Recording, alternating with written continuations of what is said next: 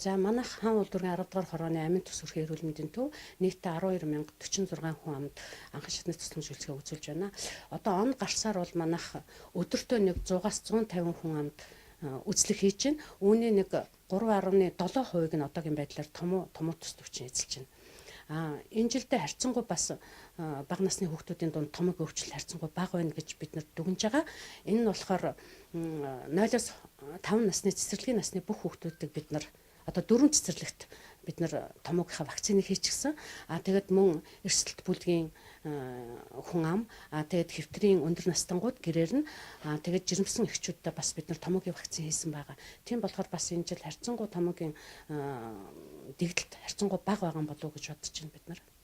Одоо яг энэ томоогийн дэгдэлтийн үеэр болохоор бид нар засгийн газрын тогтоолынхаа дагуу эрүүл мэндийн сайдынхаа тушаалын дагуу сая хамгийн сүүлд 1 сарын 4-нд гарсан эрүүл мэндийн газрын даргын Төмөрбатар даргын гарсан тушаалын дагуу бид нар уртасгсан цагаар ажиллаж байна. Өдөр бүр орой 15 цагаас 17 цагаас 19 цагийн хооронд эм сувлагч нар ээлжлээд сууж байна. Даргынхаа тушаалын дагуу.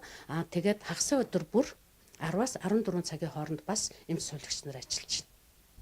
Гэрийн эргэлтээ бас бид нар тушаалынхаа дагуу хувааруудаа гаргаад өдөр бүр эмчнэр гэрийн эргэлтээ хийж байгаа. Гэхдээ манай өрхийн эрүүл мэндийн төв бол нэг онцлогтой одоо аслагдсан газар байрал ихтэй учраас буян тухай 2 хороолол морин даваа 2-тоо бид нар бас хуваарийнхаа дагуу машин тэргээ өгөөд тэгээд 7 хоногт 2-оос 3 удаа эмчнэр маань эргэлтээ хийгээд ажиллаж байгаа.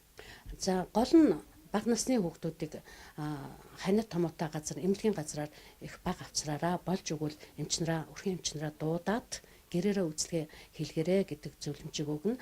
Хоёрдугаарт нь бол хүүхдүүдийг дааруулж болохгүй. Гуравдугаарт нь гэрээрээ одоо маш дулаан байлгаж одоо нөгөө витаминлэг хоол ундаар сайн хоолж өгөрөө гэж хүсэх байна. Хамгийн гол нь энд бид нэг жимсний төрлийн ансны навч одоо өөр юу байдгийн ансны шүүс, чацарганы шүүс, ааруул энтер, арц энтер тийм юм их сайн өгөрөө гэж хүүхдүүдэд ялангуяа бага насны хүүхдүүдэд.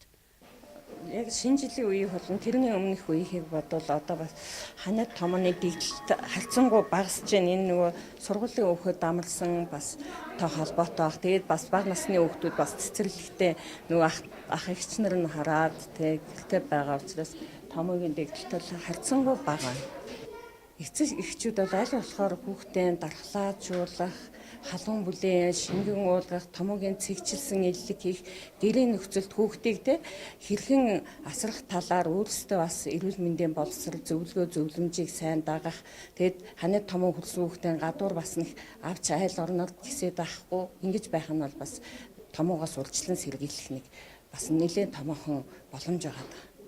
Одоо нодон гэхтэл цагаан сарын үеэр томоогийн эд дэгдэлтийн үе гайгүй болол намдажсэн бол цагаан сарын үеэр маш их ихсэжсэн. Тэгэхээр одоо урьдчилаад хэлэхэд цагаан сарын үеэр бас энэ дэгдэлт бас ихсэж магадгүй л гэсэн бодолтой байна.